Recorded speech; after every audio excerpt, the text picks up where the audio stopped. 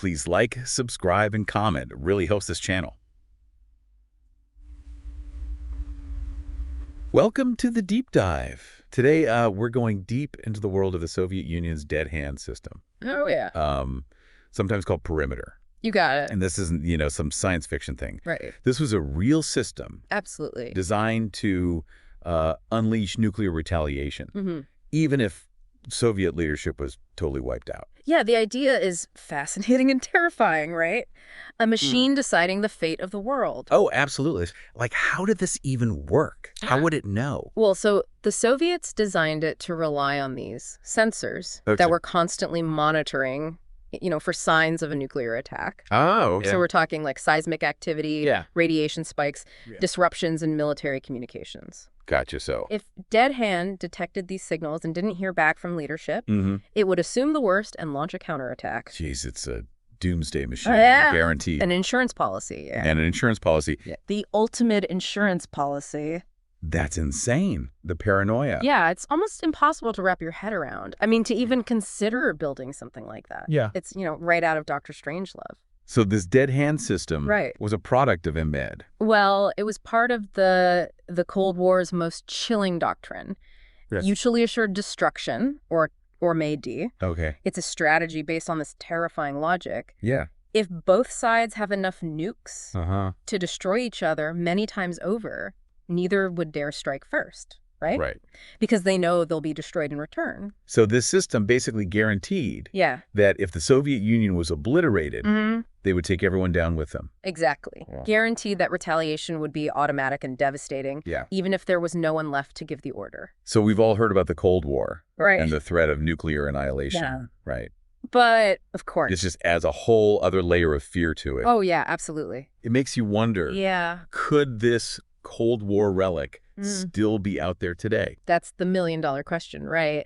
And the unsettling truth is we don't know for sure. There's been no confirmation, no official confirmation from the Russian government about whether it was deactivated after the collapse of the Soviet Union. So we're just left with speculation then? I mean, pretty much, yeah. A lot of unknowns. What are some of the theories out there about its current status? Well, some believe it was, dismantled after the Cold War. Okay. Others think it's been modernized and remains operational, ready to launch if certain conditions are met. Well, what about the accidental activation idea? Oh, yeah. Well, and then there are those who believe it could be vulnerable to accidental activation. Through like a malfunction? Yeah, like a malfunction or a cyber attack. Jeez. Which is a terrifying thought. It really is. That's like straight out of a movie. I know, right? It sounds like science fiction, but the line between science fiction and reality gets pretty blurry when you're talking about Dead Hand. Absolutely. This system, born out of Cold War anxiety, it could still be out there, a silent specter. Haunting the world. Haunting the world, yeah.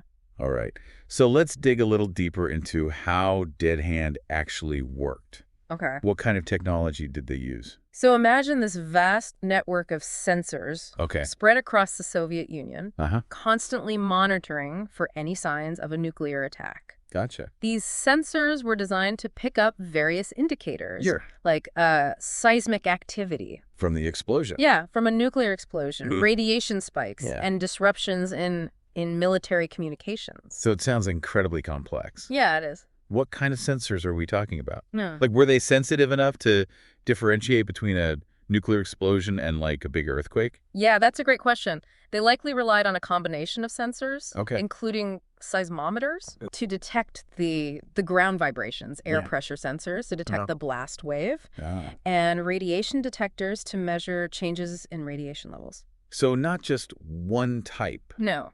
But a whole array of them. Exactly. All kind of feeding in. Yeah, providing a piece of the puzzle. Wow. And were these sensors, like, reliable? Well, they had to be. I mean, incredibly sensitive and reliable. Yeah. Because a false positive, a misinterpretation of data could have catastrophic consequences. Absolutely. Imagine, thinking there's a nuclear attack when there isn't. Right. That could trigger the whole thing. What about the communication systems? Like, how did these sensors transmit data back to command? Well, the exact details are still secret. Okay.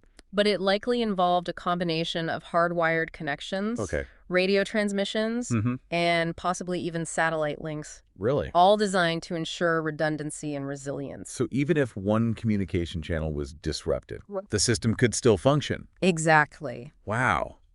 It's unsettling to think It is. that the fate of humanity could have rested on a machine's interpretation of sensor data. I know. It really highlights the potential dangers of relying on automated systems. Especially when it comes to decisions with such grave consequences. Yeah, I mean, are we really going to trust machines to make those calls? Right, exactly. It's a slippery slope. So if the system detected an attack, Yeah. how did it actually launch a counterstrike? Okay, so that's where the real chilling aspect comes in. Okay. While the exact mechanisms are still classified, Right. it's believed that once certain conditions were met, sensor readings indicating an attack, plus the lack of response from Soviet leadership, the system would automatically authorize the launch of nuclear missiles. So no human intervention. It seems that way. No chance for a second opinion. No. No room for doubt. Just a cold, calculated response. Yeah. Based on algorithms and pre-programmed protocols. It's hard to wrap your head around that level of trust. I know. Or maybe desperation that would lead them to create such a system. To hand over that much power. Yeah, and essentially remove human judgment from the equation. It's what makes Dead Hands such a fascinating and unsettling subject. Yeah. It's a stark reminder of the dangers of unchecked technology. Right. And the potential for our creations to spiral out of control. Before we talk about what Dead Hand means for us today, let's talk about the history. Right, yeah. I know we've touched on MAD. A little bit. But what were the anxieties of the Cold War that led to the development of this system? Well, you have to imagine the world in the 1970s and 1980s. Okay. The Cold War at its peak. Right. The U.S.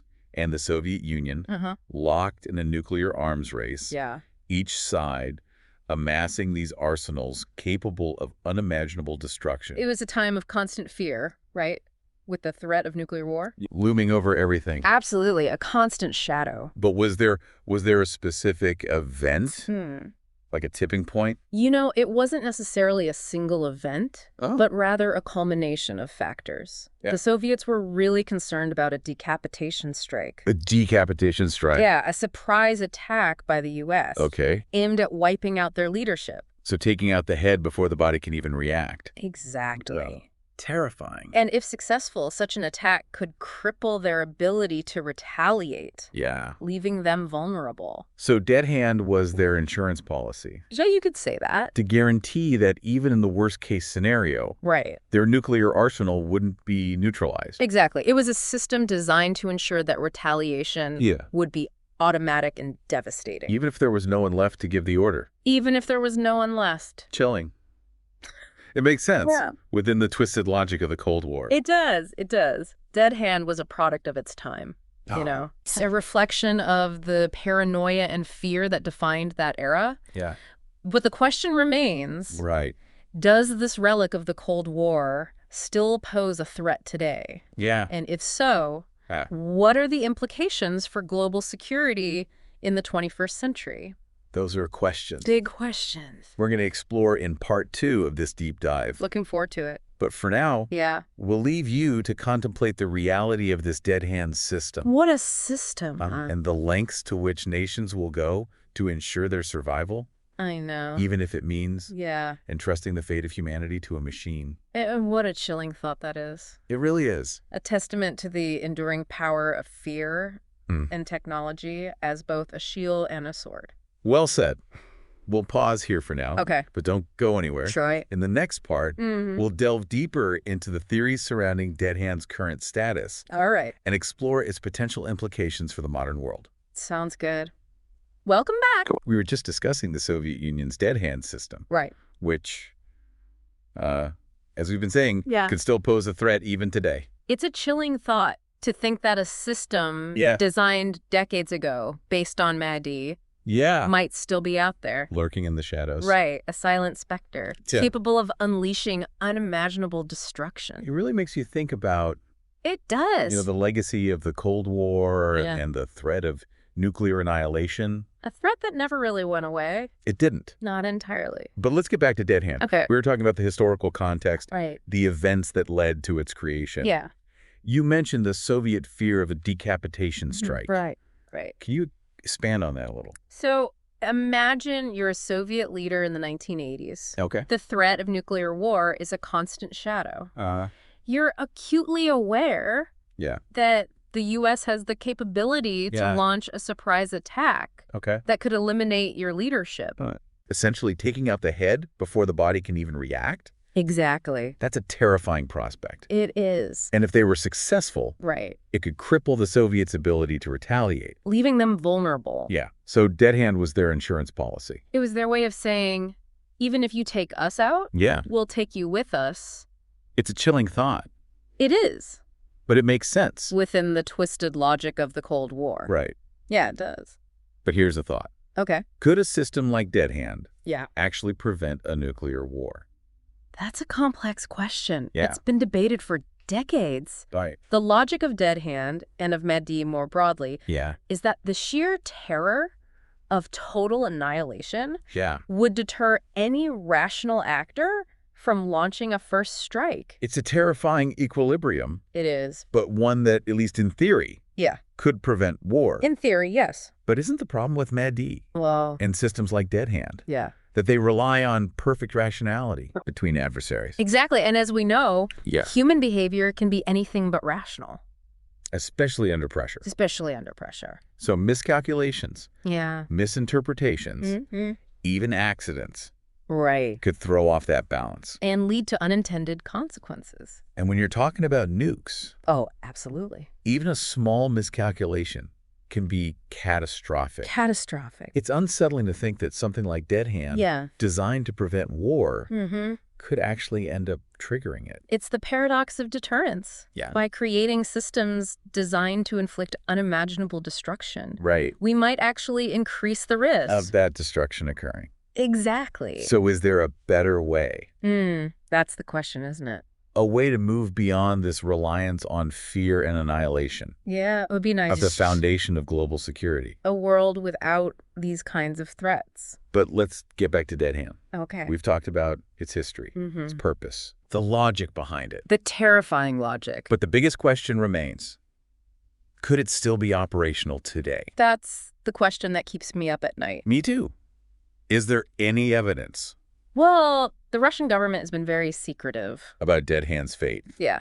No official confirmation of its decommissioning. Right. But no outright admission that it's still around either. So we're just left with rumors and speculation. Pretty much, yeah. Like trying to piece together a puzzle. With half the pieces missing. Exactly. But there have been some clues, right? There have been a few. Like what?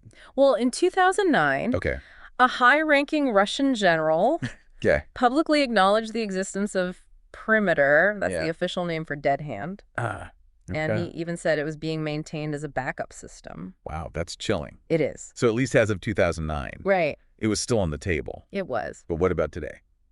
Again, we're dealing with a lack of transparency. Yeah. But there are these persistent reports. Of what? Of mysterious underground bunkers in the Ural Mountains. Okay. And intelligence agencies believe these bunkers could be housing parts of dead hand. Wow. Along with its redundant failsafes. Redundant failsafes? On a system designed to end the world. I know. It's not comforting. That's not comforting at all. But that's how important this system was to them. They wanted to make sure... They wanted to guarantee... that no matter what... No matter what... dead hand would be ready. Ready to launch. But wouldn't a system like that be vulnerable? Vulnerable? Yeah, like to malfunctions. Oh, absolutely. Hacking, accidental activation. It's a major concern. Especially given how old the technology is. Right. I mean, dead hand was designed in the 70s and 80s. Yeah. Using technology that's ancient by today's standards. It's almost unimaginable now. I know. So who's to say it hasn't degraded? Right. Or become susceptible to cyber attacks? And that's a terrifying thought. Imagine a computer glitch. Yeah. Or a cyber attack. Triggering a false positive. Making dead hand think a nuclear attack is underway. When it's not. A nightmare scenario. It would be devastating. Devastating. And the worst part. The worst part. It could happen without any human intervention. Without anyone knowing until it's too late. So what can we do? To mitigate the risks. Yeah. That's what we'll discuss in part 3. Right. Where we'll delve into the implications of dead hand for the modern world. Right. And discuss ways to safeguard ourselves. from this Cold War relic. If there are any. Welcome back to the Deep Dive. We spent this episode discussing the Soviet Union's dead hand system. A truly fascinating and terrifying topic. Yeah, a relic of the Cold War that could still be a threat today. As we've seen. So if dead hand is still out there, what can we do about it? Well, that's the million-dollar question, isn't it? And unfortunately, there are no easy answers. Yeah, I figured. The challenges are, well, they're multifaceted. Okay. Ranging from technical to geopolitical issues. Let's start with the technical stuff. Yeah. Okay, sure. We talked about malfunctions, cyber attacks, all that. Right.